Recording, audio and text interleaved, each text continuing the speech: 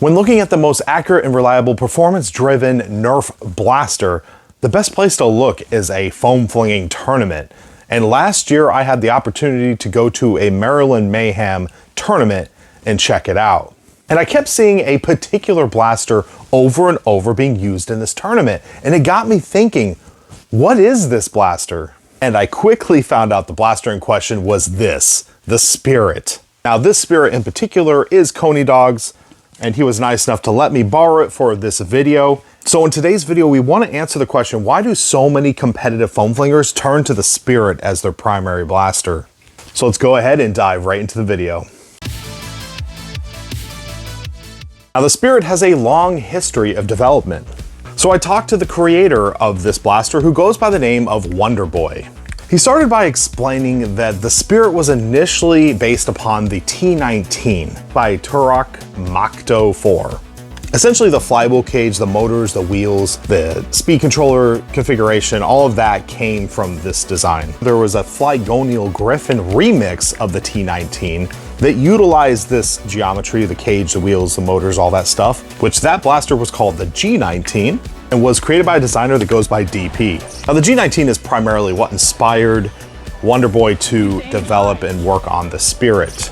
And while he was working on the Spirit, DP was actually also working on a Spirit-ish blaster, which was later known as the Ophidian. And then I guess there's another Spirit-ish blaster called the Phantasm. As you can see, this quickly branched off into various different designs. But it doesn't stop there. As you can see in the back section of this blaster, you can see some design aesthetics from a Silly Butts blaster known as the Cynthia. The back stock and the pistol grip are still hold true to that original base blaster design, but everything forward of that looks clearly different than a Cynthia. Many designers have had influence on this blaster, and even to this day, the Spirit is still going through revisioning and changes. Much like the Griffin, the Spirit continues to evolve. So with all the background laid out, let's go ahead and jump into the features of this blaster as to why this Spirit goes above and beyond, and why so many competitive foam flingers choose the Spirit as their primary brushless flywheel blaster. Now, not only does the Spirit have the basic stuff you'd expect from a brushless flywheel blaster, but off of one stage, it's able to achieve velocities of 0 to 225 FPS, which that in itself is pretty amazing. And of course, it's all dependent on the darts that you're using. Obviously, fresh darts have better performance. Unfortunately, a lot of the darts I tested with today were extremely worn. I didn't get too many shots over 200 FPS, but it did hit a couple.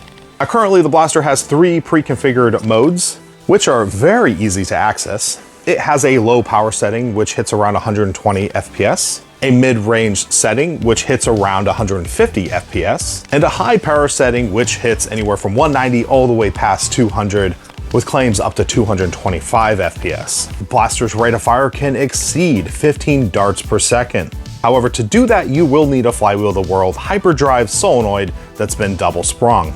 And this is where things get wild. This blaster has other firing modes. Like I mentioned, it's got the semi-auto, full auto, and burst. However, it does have some more. One mode that I actually learned from using this blaster is binary. Now, binary triggers, essentially as you pull the trigger, it fires a dart. When you release the trigger, it fires a dart. This is a play style that actually makes a lot of sense to me because I do a lot of follow-up shots. It's also very satisfying to feel. It takes a little bit to get used to, but once you're used to it, it creates a very different play style. The next mode is kind of a gimmick in my opinion. However, it is extremely cool, and that is Devotion. Now, Devotion starts off slow, but as you hold that trigger, it's going to increase the rate of fire until you're pretty much out of ammo. I feel like this firing mode might be good maybe when you're in a last minute crunch and you really got to make sure that target's gone. I can see where Devotion could be a good option. However, I would say in a tournament environment, you do want to conserve ammo, so Devotion to me is not too practical. But if there is a situation where you have one mag left and you really need to get one person out, it might be a good option. However, the blaster does have another firing mode, which I think is a little bit more in line with that type of scenario. And that is ramping mode, in which if you pull the trigger 3 times in quick succession, it will automatically go into a full auto firing mode. But yeah, I think Devotion's just a great thing to just show people, to be like, hey, check this out. We've already shown several people like, hey, try this, and you get a lot of smiles. The whole Devotion firing mode is something you'd see out of like Titanfall or Apex Legends, and it's just to me, it's kind of a gimmick, but it's a lot of fun. Moving on, so on the side of the blaster, you can see right here, we have a little small circular button. This is known as the menu button. And then back here, you can see a 2-position toggle switch, which is actually the blaster's on-off button. And then right above that, you have the screen. Now, if you hold the menu button down as you turn the blaster on, the Spirit will automatically start into low power mode, which is around 120 FPS. Now, if you hold the trigger down as you power up the blaster, it will start in its mid-power setting range of 150 FPS. And if you don't touch anything but just turn the blaster on, by default, it will start in the high power mode, which will hit around 190 over 200 FPS, depending on your darts. Now, while testing, I did notice this blaster boots up with 75% power in the high-powered mode, and I'm pretty certain that's because that last 25% of power doesn't really get you too much gain, however, will most likely drain your battery a lot faster. So it feels like that 75% power range is probably ideal, and that's why it's kind of hard set. However, if you would like to change that and turn it all the way up to 100%, you can do that by accessing the menu screen, which we'll talk about more later. Another really useful feature is tournament mode. Tournament mode is turned on by holding the trigger and the menu button before startup, and the blaster will automatically go into tournament mode. During this mode, there's a couple key things. Number one, you'll have a pre-rev idle going on your wheels. That means there's less spin-up time, resulting in much snappier trigger pulls. In addition, the blaster will automatically go into its high-powered mode. However, it will require a short little hold on the menu button to switch from semi-auto to full auto. And also the settings menu will be disabled. Once the Spirit is turned on, you will see the main screen. The screen has a battery indicator for the 4S LiPo, and yes, this blaster does take a 4S LiPo. You'll also see a percentage, and that is to indicate how much power the flywheels are performing at. And another feature, which I think is really fun, is the shot counter. You can sit there and see how many shots you fired per round, which I think is really helpful. So let's run down in detail all the different firing modes. Like I said before, we have semi-auto, full auto, and burst. The 3-round burst can be adjusted. There's binary mode, which I described earlier, Devotion, which is one of my favorites, ramping mode. When you pull the trigger 3 times in quick succession, it will automatically switch into a full auto mode. Reverse mode, which pulling the trigger revs the flywheels and then reversing the trigger actually fires the dart. And of course, this blaster allows you to lock any of the firing modes down by pressing and holding the menu button first. While holding the menu button, pull and hold the trigger down, an asterisk will appear next to the firing mode, and the menu button will no longer change for that firing mode. To turn off the lock, just repeat those steps. And of course, holding the menu button for more than 2 seconds brings you into the settings screen. Once in the setting mode, you cannot fire, and the shot counter will be reset to 0. The settings screen has a timer and shows how long the blaster has been powered on, and 4 configurable options. Press the menu button to switch between the 4 options and pull the trigger to change the highlighted option. You have the throttle percentage, which is essentially your max RPM, burst count, which is how many rounds per burst. The default value is set to 3, and then you're also able to adjust the fire rate. This is specific to the burst and the ramping mode. And of course, you can adjust the spin down. This is how long the flywheels take to spin down after a trigger is released.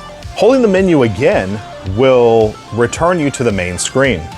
Restarting the blaster will reset any edits that you have made. Now let's go over some of the indicators that you can see on the screen. So when the battery meter shows 1 bar remaining, the LiPo is essentially getting close to being fully drained out, and you will notice a lack in power and performance in the blaster. At this time, it's probably a good idea to switch out your battery and properly charge it. You can actually use the Spirit until it fully drains out. However, like I said, performance will drop. And a little side note, the blaster will be disabled until you put a new properly charged battery into the blaster. And that pretty much summarizes all the logical stuff within the blasters. All in all, I think it's a pretty decent way to manage all these features, because that's a ton of features to cram in this thing.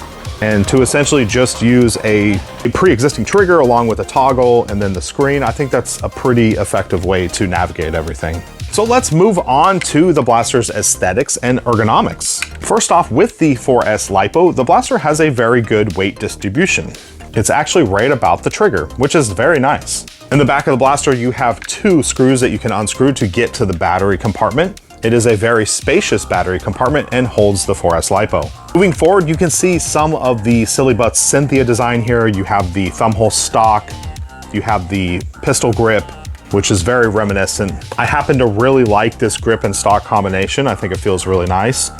And since we're talking about the pistol grip, there is some really nice fuzzy texture that's been done on this pistol grip, and I really like it. It gives a good firm grip to hold on to. Although the butt plate seems a little bit minimalistic, it actually does a very adequate job at bracing your shots and feels pretty good. Moving over to the trigger, I know when it comes to competitive blasters, that trigger pull is very important. So it is worth noting that it is a very light trigger pull. However, from here to this position here, there is a little bit of slop. I'm sure this could be easily tightened up if you prefer a more responsive trigger pull. The magazine ejection has 2 modes. You have this lever here, and you can also easily gravity drop the mags with your pointing finger. I was able to test Worker Talon magazines and Added Darts Coda magazines, and they all gravity dropped with no issues. And speaking of magwell, it has a very aggressive flared magwell, which I absolutely love, and I feel like should be standard on many, if not all, pro-level Nerf blasters. Another feature I absolutely love with this is the massive jam clearing hole it has in the side of the blaster. Not only can you take a quick look down and see if you have any darts in the blaster, but you can also see if there's any complications or issues or feeding jams or whatnot. And if there is, you can quickly access it and clear it. One thing I wasn't too crazy to see is there are some exposed wires here, but they are a very high quality wire and they're kind of tucked in a little bit, so I don't think they'll be that much of a problem. And moving forward, we do have this very nice angled foregrip area. It is very reminiscent to me of the Hummingbird, which is actually a blaster I really like. Moving forward, we do have this quick disconnect barrel, so you can swap out your rifling device. Currently in this blaster, we have a 6 bearing B-car, but having that quick change option is super nice. Moving on to the flywheels, and as you can see, we have some big, ginormous flywheels up here. Now, it's worth pointing out these are actually printed, which you don't see too often, but I believe the size of these wheels kind of mitigate some of the issues we have with 3D printed flywheels, the biggest one being the balance of the wheels. From all my testing with this blaster, it does not appear that these 3D printed wheels are any problem whatsoever. And it's actually kind of nice for people to get into a brushless build like this without the need to invest into CNC milled flywheels, which in some cases get kind of spendy. On the top of the blaster, we have this large carry handle, which acts as a iron sight, Picatinny braille mount for optics, and I believe really pulls the overall look of the blaster together. I do like how it acts as a riser so that you can get a good sight picture down this blaster. And while talking about looking down this blaster, it's important to note that this screen, placement of everything with the toggle switch, everything seems to be in a really good, well thought of location. And also from looking at these files, I'm not 100% certain, but I would say you might be able to mirror this stuff and print it for a left or right-handed user. So with all that said, I hope that you can get a clear picture as to why so many competitive foam flingers are choosing the Spirit to run in a tournament environment. Now, Coney Dog has done quite a bit of play testing with this blaster. I've got to run it a couple times and we're really impressed by it. We also have other primary class brushless blasters to compare against. We have a couple Gavin Fuzzy SBFs, we have Momentums, and I kind of bring up those blasters because they are kind of a similar primary class brushless flywheeler. I do have to note that it's a little difficult to say, well, this one's better over that one because they all offer something different. Now, if you're looking to enter the competitive scene on a budget, and I think this is why we see a lot of Spirit blasters out there, the information out there, it's all out there. It's essentially an open source project. You can print and obtain a lot of the hardware and electronics and everything a little bit easier than other blasters. And for the most part, I don't see anything proprietary. Much like the Gavin Fuzzy SBF, where you have to purchase Gavin Fuzzy's specific cage and there's some metal parts in there that you need to purchase from them. And then of course, the boards and the configuration and everything. Much like Momentum, which is pretty much closed sourced. You can't just go and download the files and build yourself a Momentum. And so in that regard, I think that's where the Spirit shines.